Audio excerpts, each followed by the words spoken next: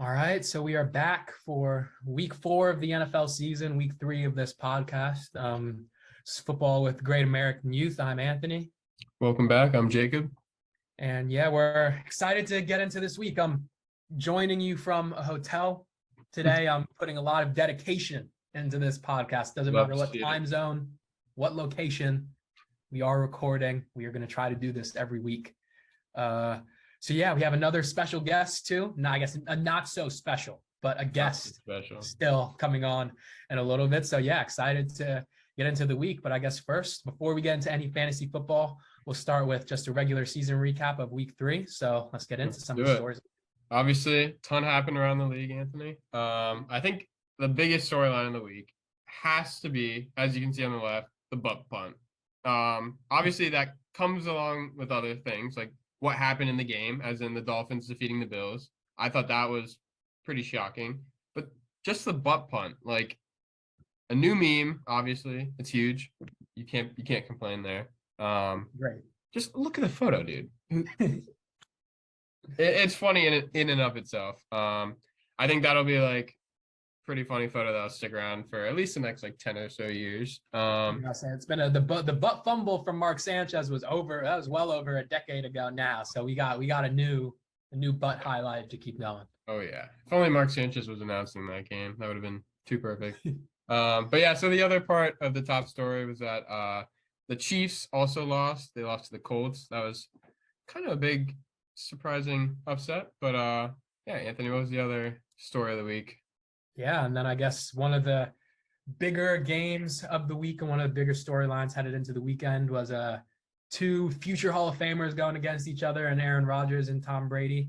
Rodgers coming out on top with his, just enlightened ayahuasca mind. He was able to overcome Tom Brady and his marital issues and take them past the Buccaneers. It was a difficult game for them. Buccaneers have struggled a lot offensively this season, only 3 touchdowns so far total. But I do think that, especially with this game against the Packers, we saw them just not with a lot of their top weapons. Julio, Godwin, Mike Evans out this week, and that was a really big impact. And that was shown in the game. Obviously, Brady struggled to get it to his receivers throughout the game, and the offense really just wasn't moving that much. But still, so while I think there is some hope for the Buccaneers moving forward, definitely not the end of the world that they lost this game. Still, I think an important litmus test early in the season just to see that these are where these teams at, and definitely some room for improvement for the Buccaneers moving forward. I honestly wouldn't be surprised if that's the NFC Championship. And I wouldn't be disappointed. I think those are the 2 best teams potentially. Maybe somebody takes on the Packers, but I think the Bucs will be in the championship. Yeah, so at this point, I think the Bucs are. As long as Brady has his guys, his receivers, he'll be fine. All right, so I guess from there, we'll go into our other stories of the week, the upset and the blowout. Upset of the week is going to go to the Panthers over the Saints. They had a big win. Panthers have looked pretty underwhelming so far this season. Baker just hasn't really done it for them. McCaffrey, while healthy so far this season, hasn't really been able to pick things up. This defense, a lot of young pieces, hasn't been able to put it together up until this point. But week 3 against the Saints, a great game for them. Not the highest scoring, I guess defense still pretty evident in this, only 14 points allowed for the Panthers, but a really good game. They were able to come out on top and get the upset of the week. Yeah, Baker honestly made some plays at the end there. He threw that Laviska Shenault touchdown. He's back, I guess. We'll see.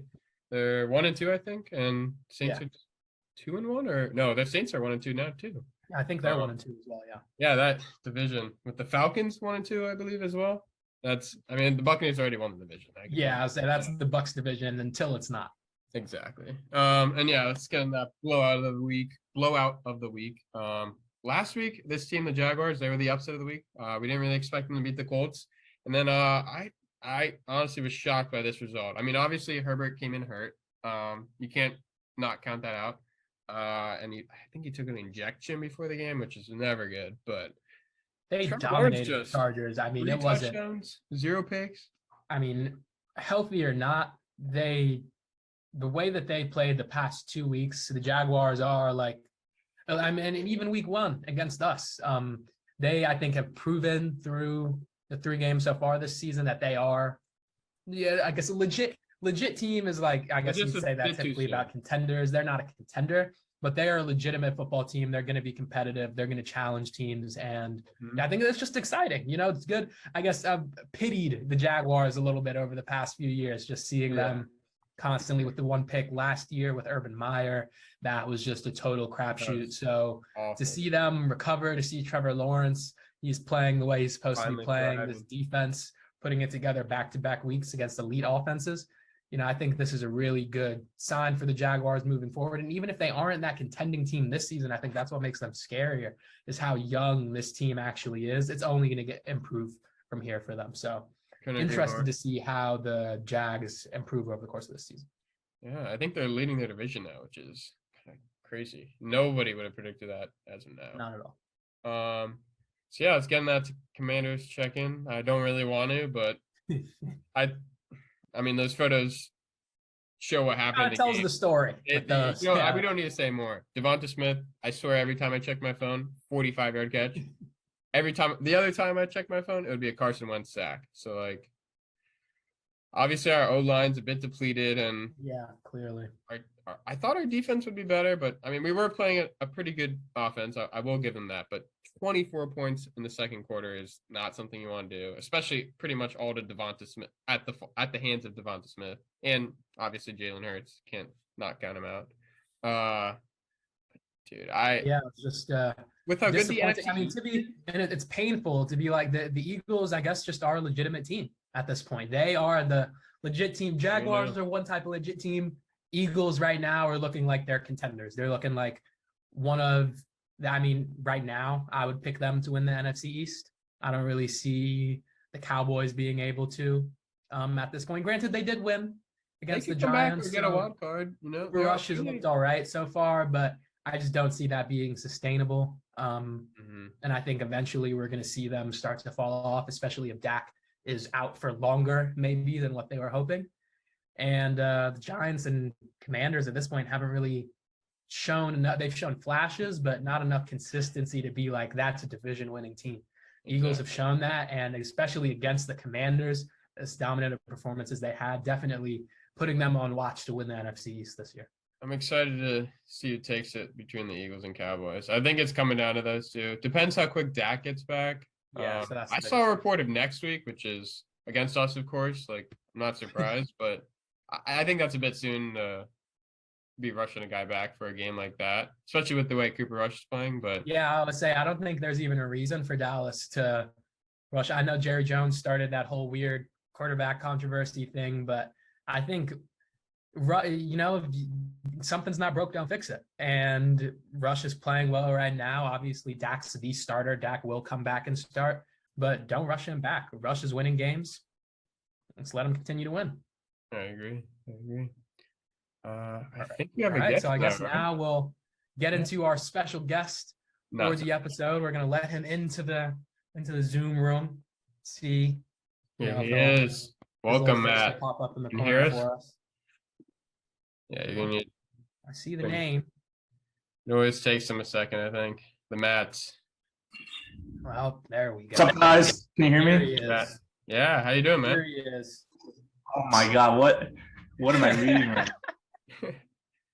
So this is esteemed league member Matt L. He is, I'll let Matt talk about himself a little bit, but just wanted to briefly really highlight on the left, the habitual poor finishes in our league. Matt has been one of the historically worst performing members of this league. He makes a habit. It's impressive, honestly, how good he is at that. I'd like to think that's his goal going into every fantasy football team or every fantasy football season. You can see his team on the right, and a nice it's a photo of that king in the middle, really just displaying everything he is. So I'll let you talk about yourself and your team, but just a little intro for all of the people watching who won't already know. Share a little bit about yourself, Matt. Okay, well, who are you? I have a lot to say already, but first of all, I'd just like to say my middle name is spelled Galen, not the way you have it. We'll adjust the sides later. Second of all, the chart on the left is just plainly inaccurate because I never came in last. You're right. I haven't been great. I missed the playoffs the last couple of years, but I don't think I think the chart's a little bit of exaggeration. Anyways, I'm Matt. I met these guys in high school. Started a league a long time ago. Been a core member, seen some guys go, seen some guys come, and now I'm working at Harvard. And so I like to think that I know what I'm doing. Yeah. You just had to name drop there, didn't you? You flex. Well, I respect it, man. I respect it. I respect it. That's true. I can't be mad at it. I wish I was in your shoes with that. I don't work for Harvard. Harvard wasn't calling me. They were not. But yeah, you want to get in that? Let's get in that week 3 fantasy football recap with Matt. Yeah. All right. So, just quick recap, I guess, of the results of the games here. Ian taking over, taking a win against Jacob. Unfortunate for you, another poor performance, dropping down to 0-3 this week. Yeah. I guess just we'll talk about the game in a bit, but the score doesn't do it justice. It came down to Monday Night Football, Saquon versus Tony Pollard. It was like a 2-point game. It was pretty close. It was pretty close. I thought you could have pulled it back for a second. I don't know how. And then Saquon broke off his run, and it was done. Oh yeah, it was that Saquon run. I forgot about that, but yeah. And then obviously Anthony, you got the win there over Matt, who we had on their show last week. Yeah, I would say we got back-to-back Matts, and I was able to. Did I beat Matt? I guess. Well, I haven't played Matt Levin yet, but I beat Matt. I beat my Matt. Huh? I obliterated you last week. Did we play? Oh wait, no, you did obliterate me. My brain wiped that from memory. All right, so I lost to Matt. I got my win over a Matt this week. Basically, I was able to take my angst from getting obliterated by Tyreek last week. Put that into more than that. Marquise Brown on my team. A quick note you could see there. We'll get into really quickly. A new team member for me this week. Some other results. I guess I'll let you briefly talk about it as well. We'll get into it a little bit more later, but a little bit of a dud for you this week, Matt. Let me just say, my game versus Joel reminded me of the 49ers Broncos game the other day. It just made me want to gouge my eyes out. As you can see, neither of us beat 70. It sucks when you have your defensive kicker be your second or third highest scoring players. So. That speaks for itself.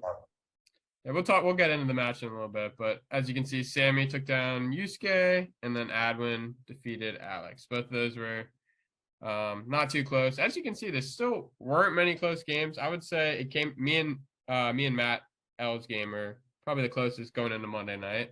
Yeah, let's take a look at the standings now with that game. As you can see, 0-3. I was so close, dude. It's just annoing. Yeah, saying I'm not alone. And I play a lot of crap for an 0-3 player too. Yeah, so you are looking pretty down bad there at the bottom and all red, 0-3. Sammy, at least you're not alone.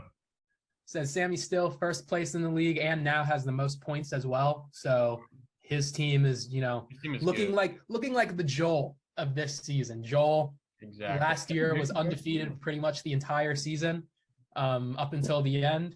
Sammy looking eerily similar up until this point, dominating as expected. Yeah, Sammy has a history of blowing it.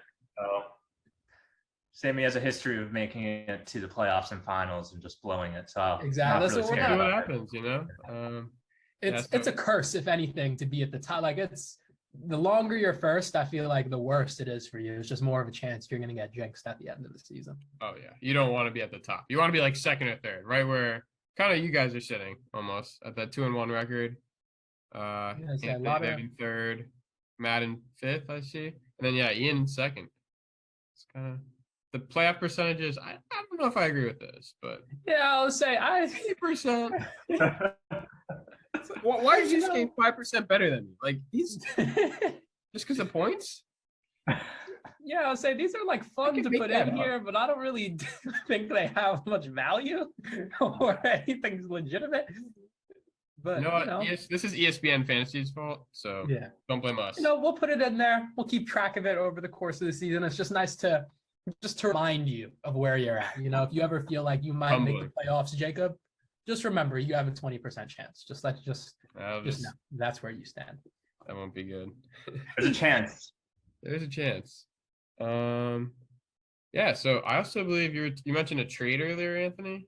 You want to talk about that? Yes, I did mention a trade earlier, and that trade happened to go down with none other than our esteemed guest, Matt, right here. So, I guess I'll briefly go over kind of just what happened in the trade, and then we'll, I guess, discuss kind of how we both feel about it.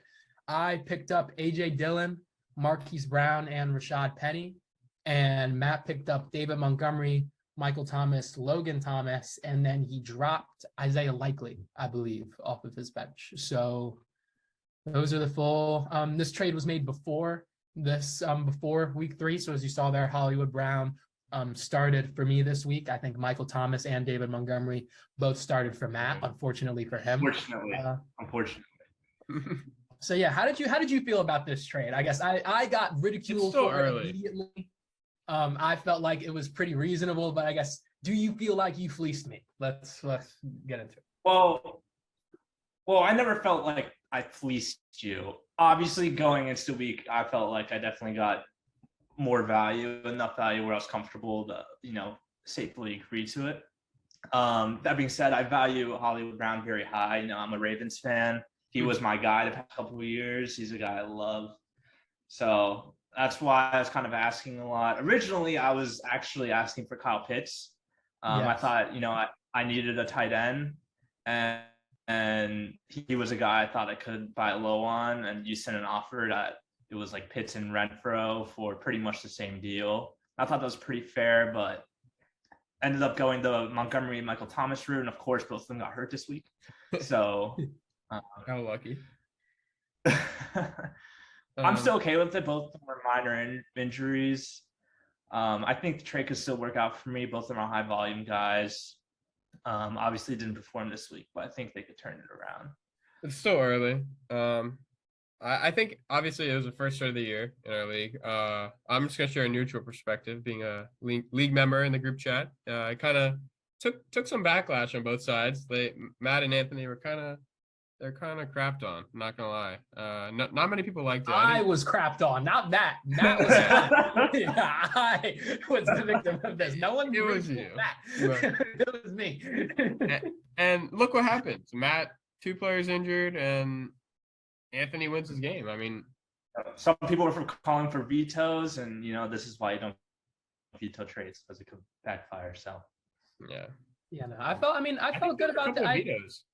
Just saying, there were a couple of vetoes. I saw that. Yeah, which was so. We gotta address this whole veto thing. I can't be dealing with veto votes on my. Yeah. I mean, at least it wasn't 7. If it got close to 7, that would be like no. But I think it might have been just because I'm the one that made the trade, and some people are you have a reputation. So, Alex, he's not gonna listen to this. So I do think that this was a I don't know. I felt really good about this trade, mostly because of how I felt about this trade. I think a lot was very dependent on where it started. It started with around Kyle Pitts, and my initial offer, I think the Pitts and Renfro, I definitely felt like whatever I offered you initially, I think the Pitts and Renfro for this package or whatever, I definitely felt like I was getting the better end out of that. So giving up Michael Thomas instead of Renfro wasn't really a big deal for me. I was totally okay with that. I think I don't know if I offered Pitts and Thomas, but that was my immediate thought, though. I wanted to replace Renfro with Thomas. That was like the swap out there. And the reason I made the trade was because, I had A.J. Dillon just on my bench, and I was never going to play him because I have Aaron Jones. So I felt like, if I'm not going to play him anyway, it's just a guy I'll just trade. And he has some actual value. So for me, it was really just Brown and Penny for the trade. And I thought that was a good trade, even though I still love Hollywood Brown. Sad to see him go, especially after the week he just had. But I'm rocking with it. I'm going to ride with it for a little while.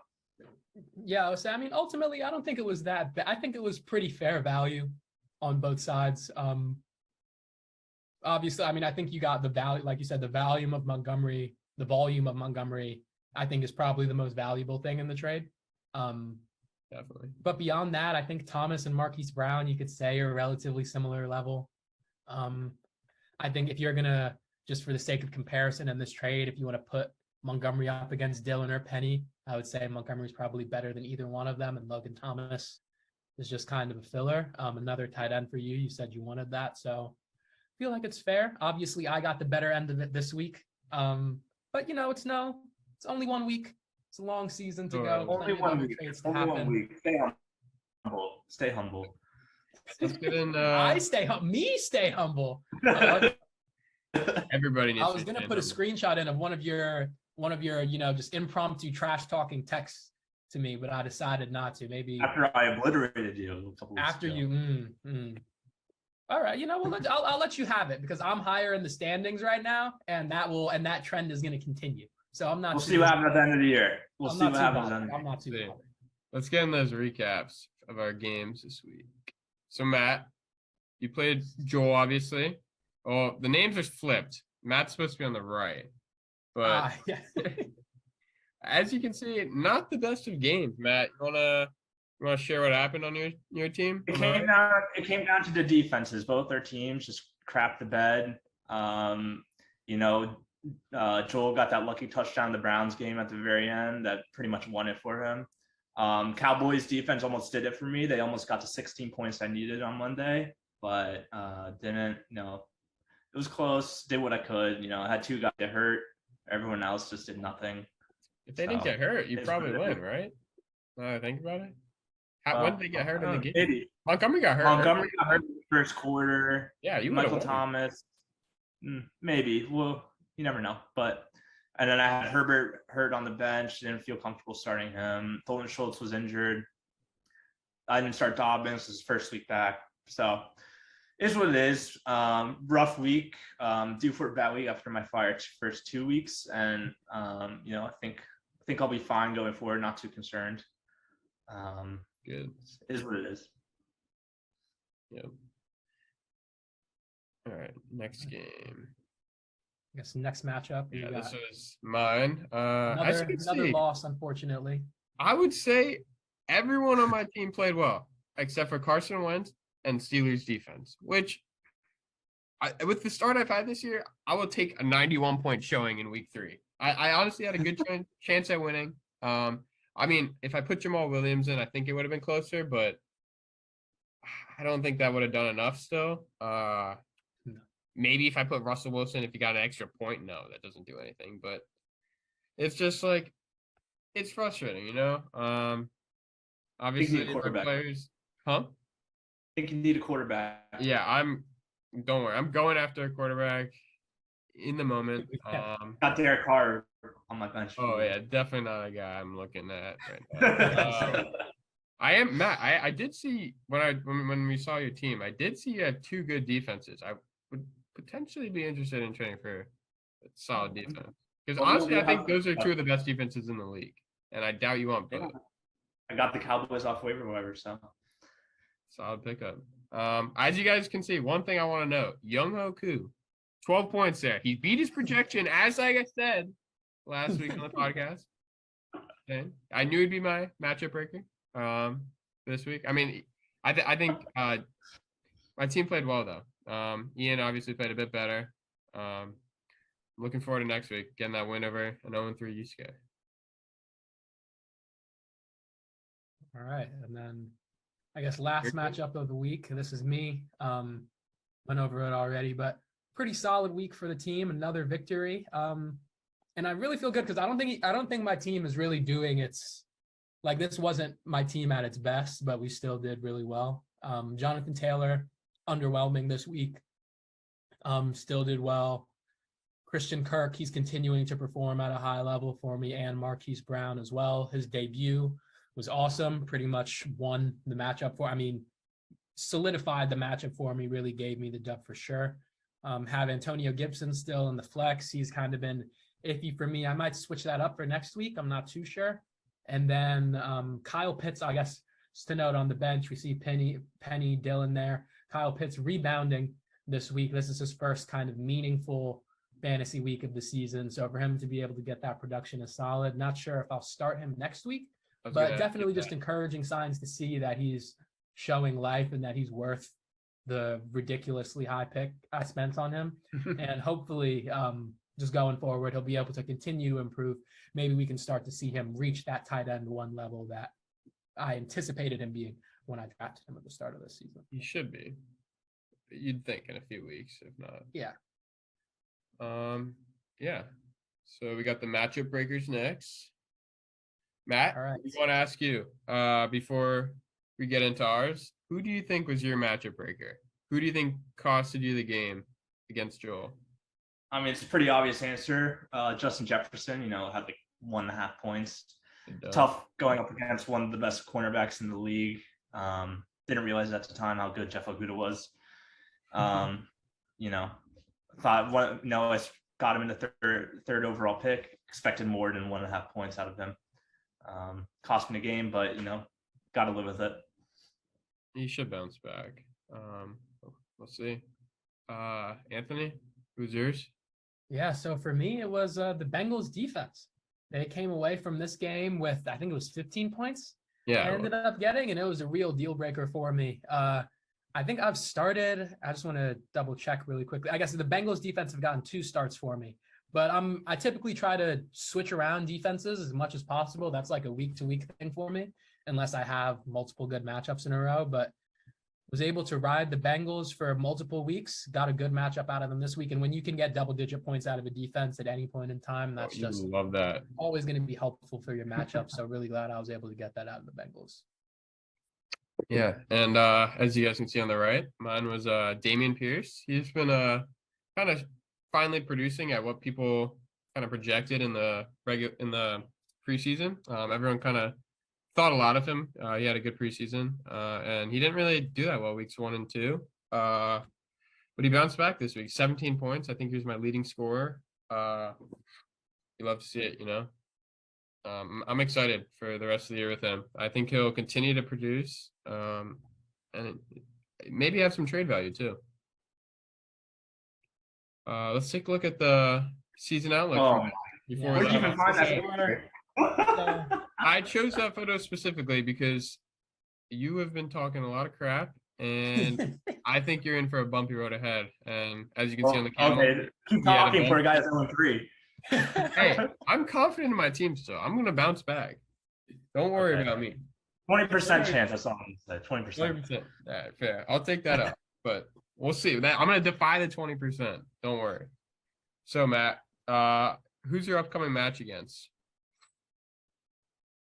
That's a good question. I actually have no idea. Man, you gotta know this. I could check. Let's see. So who are you playing this week? I'm going up against. You're Alex. You got Alex. You got Alex. I got Alex. Oh, rivalry week. This is a rivalry. Yeah, it is a good match. What do you think your odds are of winning? Do you think you have a good chance? I'm gonna give myself 85%. I'm due for a bounce back week. I like the confidence. No concern whatsoever. All right, I like that. How do you think? Yeah, you got. I was just gonna say, do you have any other kind of final thoughts, maybe ideas about where you want your team to go from here? Anything you want to leave us with, or the expansive audience of this podcast? What do you want to? This is your time. We're gonna give you. Tell us what you want. We've been giving you a hard time. We've given you a hassle. This is about you, Matt. What do we need to know about you and your football team for the rest of this season? In the history of this league, I've had it rough. I've lost games by 0.1 points, knocked me out of the playoffs. I've had players purposely lose to keep me out of the playoffs, Jacob. It's been rough. It's been rough, but this is my year. I'm due. That's all I'm gonna say. I am due. So that is what I'll leave you with. I like that. You know what? I like the message. How confident are you, Matt? I want to ask you that. I am extremely confident I will at least make the second round of the playoffs. Okay. So okay. what will you do if you don't make the second round of the playoffs? That's what I want to know. Nothing. But Nothing. I'll take my shame. I'll be humbled. Will you never talk crap again in the league if you end up not making it No, past? always gonna talk crap. Always gonna talk crap. Knew I do that answer. Well, you're always going Love to to be hear bad. it though, you know. So I guess, that's 2 things you know how to do. Gotta keep things interesting, Oh yeah. Well, Matt, thank you for joining us today. Thank you for having me on. Thank you. Good luck with your future matchups. Appreciate it. Peace. I'll see you in the consolation bracket, man. See you later. Okay. Thanks for joining. All right, so we said farewell to Matt. Great guest to have on, and now we're gonna get into our outlooks for next week. I just combined those 2 words there. So for me this week, I'm going up against Joel. Feel decent about my matchup this week. We got Mike Evans returning to the lineup. I mentioned earlier that Antonio Gibson, a little bit underwhelming for me. So at least as of right now, I have Marquise Brown in at my flex spot. We'll talk about him a little bit more later, but feel solid about that. I'm still looking for a defense to pick up. It is Tuesday night right now, so sometime tomorrow, going to look to pick up a defense out of free agency once waivers clear. And yeah, I don't know. Feel pretty good about my team. I like the matchups. Joel, obviously, coming in here with his team is solid. I think another important thing to note, he has, and I want to make sure I get this right, because Allen Robinson is starting there, but Joel also has Keenan Allen. Keenan Allen's on his bench right now, and I would anticipate Keenan Allen to be starting this week, assuming he's healthy. So I guess factor that into the projection and kind of the matchups here. I still feel pretty good. I think that my team, talked about it in past episodes, but just the consistency. I think I have a high floor team, and I think I have a lot of touches kind of throughout. And getting Marquise Brown, that was another thing that, at least until DeAndre Hopkins come back, we'll see how the target share changes once he is. But at least for these next few weeks, Marquise Brown is going to get a lot of targets. His target share is really high, and he's kind of guaranteed that. Same with the rest, Pitts, Kirk, Evans, and then Chubb and Taylor. We know we're going to get carries. Worried definitely about Allen Robinson. I feel like even if Joel starts him, I feel like he's definitely underprojected there. So maybe expect a little bit more out of him. He's talented enough that 8.7 he's projected could easily turn into high teens, low 20s. So don't want to get too attached to that number there.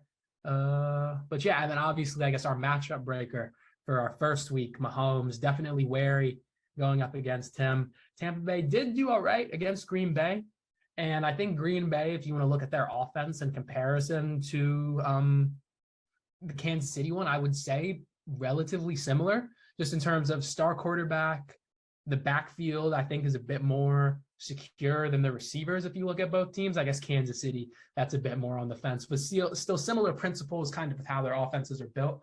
And I think it could be a similarly frustrating game for Kansas City to what Aaron Rodgers had. So yeah, that's my matchup for this week. And I'll let you get into yours, Jacob, see how you can try to get out of this rut, get your first win of the season. I'm gonna something to note. So obviously this is the crap bowl. We're both 0-3. That last matchup is actually a Super Bowl rematch. Anthony obviously I forgot to. You defeated Joel last year. Joel was, I think, 14-1, 15-1, something like that. Yes, right? he finished. Yes, I was his own. I'm pretty sure I was the only person who beat him. I You forget beat if him his in the loss was season. regular season or not, but I'm pretty sure I was the only one who beat him in the regular season. I think, And then I beat him in the postseason too. he struggles against you, I guess. Well, let's take a look at mine now. Obviously, as I said, got Carson Wentz in there now. I'm not starting him. I'd rather leave the spot empty than start him right now. I'm done with the Commanders. Not actually, but Don't say that. I'll say no. that position rank of 6 is a complete fraud, by the way. He's a garbage time scorer that's not going to keep up. Don't let that number deceive you. He's going to be probably a free agent. He's going to be a free agent soon. But the rest of my team, obviously, I got Najee with a great matchup against the Jets. Damian Pierce against the Chargers. That's a little iffy, but Pierce has been getting a ton of carries. Chargers struggled last week. You never know what'll happen. I got Debo, obviously against the Rams. He should get a lot of touches there. McLaurin against the Cowboys. Ertz, Carolina. I like all these matchups. I love Pollard against the Commanders. Once again, I love Young Unku against Cleveland. I think he's going to keep that number 1 position rank. I think that's the best player on my team. I think he's gonna be crucial again this week. Yeah, no, this is set up well for you, even though the line has you as the underdog by That doesn't make +2. sense. I thought that was me -2, but I have all the advantages. And something of note, I am in the works. I'm trying to acquire a quarterback. Don't know if that'll happen via trade, but if not, I'll be probably picking up Jared Goff or somebody, like somebody that'll just get you 15 points. You take that for a week. I can't do Carson Wentz getting me 8. After going 27, 8. Like, come on, man. He literally put up as many as the Commanders put up. But yeah, so I'm going up against Yusuke. He's got Hurts. I tried to trade for him, not gonna lie. He's not trading him. But I'm scared about Hurts. He has been legit. He's definitely an MVP candidate as of now. His running backs kind of a little washed. I don't want to say that word.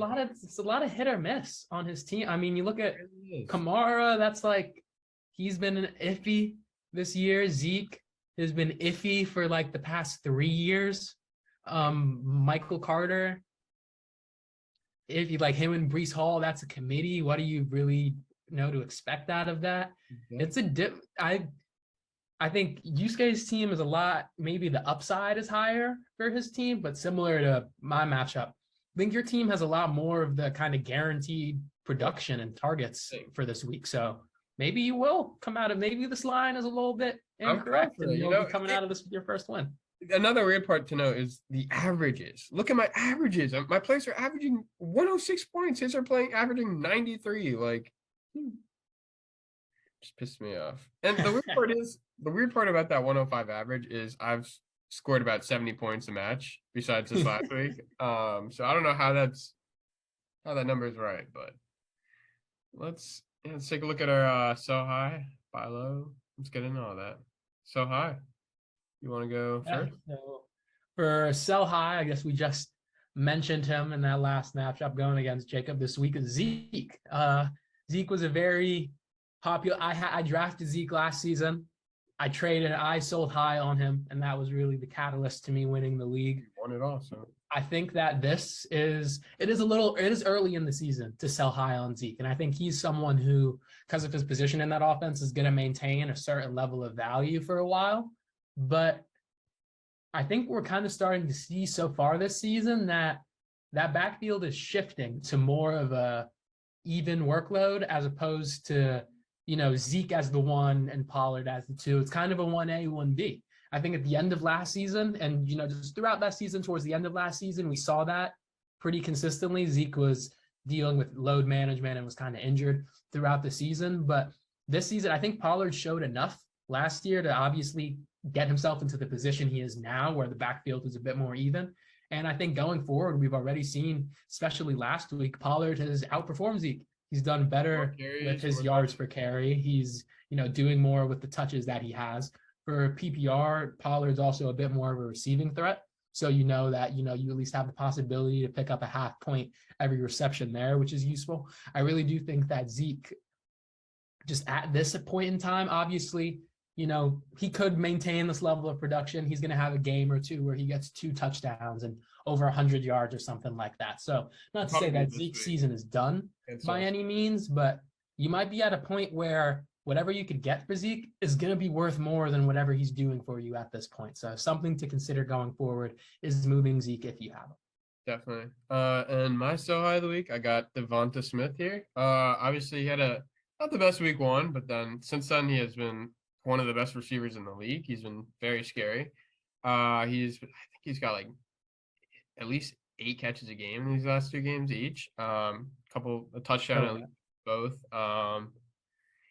And with that offense looks so good. And the scary part is he's the number 2 receiver there, which AJ Brown should be in theory getting matched up with the top corner. Maybe the corners stay on different on their own sides, but he should be facing the second best corner on every team. I think it's somebody you definitely want to consider selling high on right now, because I still do think AJ Brown is the guy there, and I think he will become Hurts's favorite target as the year progresses. Especially with Goddard there, it's risky to rely on Devonta Smith to continue to produce the way he's produced these last 2 games.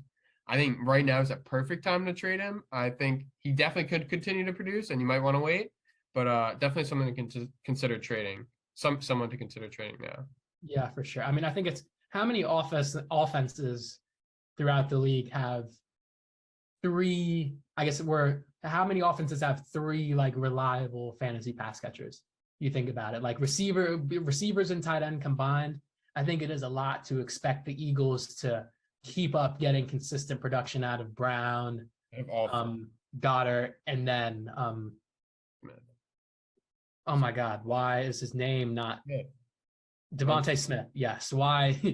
I would say it's not reasonable to expect all 3 of them to keep that up. And Jalen Hurts is good; he looks improved, but it's always kind of that worry about his passing ability. He's athletic. I think he's a true dual threat quarterback. I wouldn't say he's run first. I'll give him his respect, but definitely not a top passer in the league. So how long are we going to expect him to produce at that high level, especially once we get into the season, teams get some more tape, you start to see some more injuries and stuff get thrown in there. I think it's reasonable to sell high on Devontae. So agree with that one there.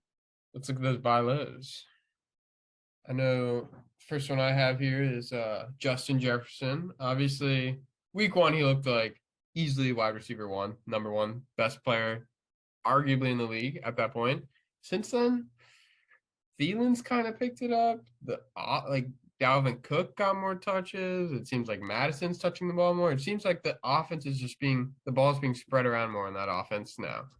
People are starting to realize Justin Jefferson is that guy. So obviously he should be someone you should try to target now. Obviously, it's still going to be hard to acquire. You're going to need to give up a lot. I think it's something definitely worth considering. He's going to be continuing to produce as the number 1 receiver in the league, I think. If they can just get him the ball, like every time he touches it, he looks like he's going to score, in my own opinion. He just they need to find a way to feed him. I think they had a rough kind of last couple of games. They lost. They barely beat the Lions, honestly. And they did not really show up these last 2 games. I think he's someone that'll bounce back soon, and I think he's worth buying low now if you can. He's still gonna be worth a lot, but lower than what he should be worth. All right, and for my buy low, it is not whatever random defensive back from the Texans is on the screen there. It is number 24, Khalil Herbert, backup running back for the Chicago Bears. We had Matt on earlier. This is not influenced by my decision to trade David Montgomery or the fact that we had Matt on earlier talking about David Montgomery. I do just think that, I guess this is I like Khalil Herbert a lot. I guess my liking him factored into my comfort level trading David Montgomery. I sent it a text in our group chat, but I do think that the Montgomery Herbert situation is just like a Zeke Pollard light. And we just talked about that earlier. Montgomery clearly, I think, he's the one. He's, valued a bit higher in Chicago. Clearly, they're prioritizing him getting the touches. But I think we're starting to see Chicago enter a space that the Cowboys were in last season, where obviously you have this number 1 guy in David Montgomery. The Cowboys had Zeke, but the backup for the Cowboys, it was Pollard, and for Chicago, Khalil Herbert. When the backup gets touches, he's doing better than the starter, and he's been more explosive, getting more yards, being more of an actual danger to defenses. And last week, obviously, David Montgomery, I think it was a foot and ankle injury. So he's day to day. I would expect him probably to play over the weekend, but would not be surprised at all to see Khalil Herbert after his performance last week. I think he got over 100 yards and a touchdown. I think he had 150 at least. Yeah, I would say he played crazy well. And I guess he came in, Dave Montgomery got hurt pretty early, but didn't start the game either, which is another noteworthy thing to pick up those stats. So Herbert is definitely a guy that I think as the season progresses, it's only going to go up for him. his value and the actual product that he's putting onto the field, I think now is a great time to buy on from him. If you're a David Montgomery owner, just to have that security blanket. If you like having handicaps to screw over other league owners, Khalil Herbert is a great person to have right now. And if you just have faith in him, if you think that he could be a flex, if you think that if you are willing to take that jump or at least have him on your roster, hoping that he will make that jump in the next few weeks, go for it now. I think as a backup running back, you're probably not going to have to give up that much for him, or he's a guy who you're making another deal. He could just be a filler player. He's another guy to equal out the numbers, and he could have a lot of value throughout the season. Khalil Herbert is a guy who I genuinely could think we get down to playoff time. Depending how things shake out, he could be, a league deciding person or, a playoff matchup deciding person. So someone to keep an eye on as we go through this season and, just monitor how that backfield works with him and Montgomery, because Herbert's definitely someone who I think will continue to increase his production. I agree. Let's look at those waiver wires for this week. Yeah, so I guess I can start here. I know last week I think I went with Zach Ertz, and continuing kind of theme here, if you haven't guessed it, I'm a sucker for tight ends. I think that they are so important. I think if you have a good tight end, it, in real life, you have a plus tight end, that changes the game. And we have two really good ones in waivers here. This year has been an interesting one for the tight end position. You normally see, we talked about, I think early, is that top group of guys. You have Mark Andrews, Kelsey, Kittle is in there as well if he's healthy. And I was hoping Kyle Pitts, but I think that's a little bit speculative. But really, it's a top three. I guess Darren Waller you can throw in there as well. Right so maybe the edge with Pitts, we'll say a top five to be generous. There's a top five tight end group. Beyond that, it's a big drop, but we're seeing a lot of the middle guys actually do better this year than some of those higher players. David Njoku and Tyler Conklin, two of those guys. They're both, I don't know, I'll double check what Conklin is really quickly. Yeah, I'll say Conklin's ranked number 4 as a tight end right now, and I'm pretty sure Njoku's number 1. Njoku's number 8, sorry. So still 2 top 10 tight ends that are available in most leagues. Both of them have been getting a really consistent amount of targets, which has been pretty high. Conklin, I think, has been the more consistent of the two. If you see Njoku, the reason his stats are kind of a bit higher in fantasy, at least, is because last week he had a bit of an elevated performance. But Conklin has been consistent throughout. He's going to be getting Zach Wilson back, so I think that's huge for him. And then for Njoku, that offense, for as long as Brissett is the quarterback, I think Njoku has a lot of value as a safety valve there. That team, I think, is going to have to, he's there. He's a big physical target. He's going to be in the red zone. And, he's just going to be a easy check down for Brissett. So I think those two guys definitely important to watch out for. Conklin in particular, as Zach Wilson comes back, just to see how is his chemistry with the rookie quarterback. This is our second-year quarterback. This is his first year playing with Wilson, though. Conklin, this is his first year with the Jets. So curious to see if maybe that changes anything, jumping from Joe Flacco over to Zach Wilson. But if anything, honestly, I think tight ends are great security blankets for young quarterbacks. I think that's something that every team, if you have a solid young quarterback, having that tight end to match with them is a super big piece. And Conklin could be that piece for the Jets. So he might be doing even better in the coming weeks if Zach Wilson can come back and that Jets offense can really start to elevate to the next level. I couldn't agree more. Talking about another second-year quarterback here, the guy that was supposed to be the prodigy, the future of the Jaguars, Trevor Lawrence. Obviously, he showed out this week, and he's played kind of well this season. And, besides the Commanders game, the beginning of the Commanders game, I would say he's had a pretty impressive second season so far. He recorded his first 3 touchdown, 0-pick game, as I mentioned earlier, which, maybe he's here. Maybe he's actually here, This could be him. Doug Peterson's an offensive guru. He should be able to continue to at least, put Lawrence in the position to make the right play. I believe he will continue to do that. They're in a spot where I think they're going to continue. They're going to continue passing the ball. They love hitting the running backs out of the backfield. I think that's going to continue. I think they just have a solid offense there, and I think Christian Kirk's going to continue to get fed. I think all the receivers on that offense, Zay Jones, I can't even think of other ones, but Marvin Jones Jr. as well. He's been in there. I mean, all the Jags receivers have been doing They've been pretty solid. well so far this season. So Definitely. Oh, I think as I'm in need of a quarterback, I'm definitely considering going after Trevor Lawrence. He's going to be someone good, and if he continues improving like he has on the season already, he could be a top 10, top 5 quarterback. You never know. yeah, so far this year, he's definitely looking more like the number 1 pick than he was last year. The Urban Meyer curse is done. They got Doug Peterson in, and it's just working out for them. Exactly. Let's look at these best matchups. Let's do it. So I'll go with mine first. We got Najee against the Jets. I love this matchup. I mean, Najee's been hitting his projection every single game. He's been scoring 11 points. I mean, not what I'm expecting out of him. I think the Steelers offense hasn't been quite there yet. Mitch Trubisky is still kind of figuring it out. I think they could be in the midst of a potential QB change at some point this season. It's coming. It's coming. It definitely will, but that not only helps Najee's case this week. I think he's going to continue to get fed. They're playing a not so good Jets defense. I think Najee scores almost 2 touchdowns, at least 100 yards. I think he's a solid play this week. What do you think about your best matchup, Anthony? Yeah, so my best matchup was my best player from this past week, Marquise Brown. I'm rolling on Hollywood to keep it going for another week. They're going up against Arizona going up against the Carolina Panthers this week. And we saw last week, Carolina got gashed by New Orleans receivers.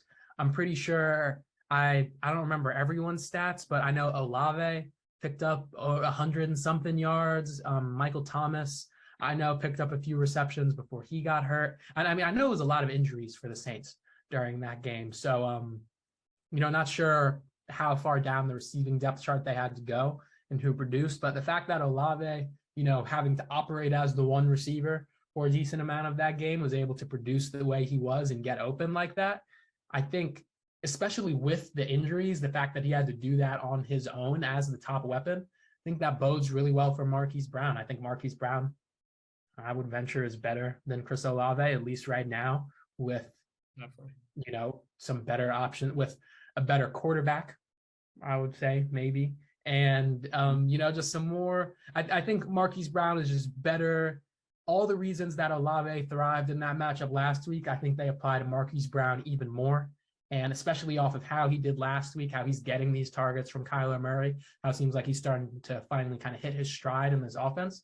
I think that we're going to be looking at another great week for Marquise Brown and really just trying to ride this wave as much as possible. D-Hop is coming.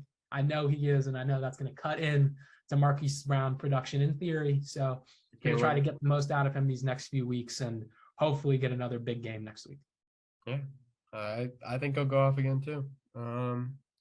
Yeah, so that's all we've got for you all today.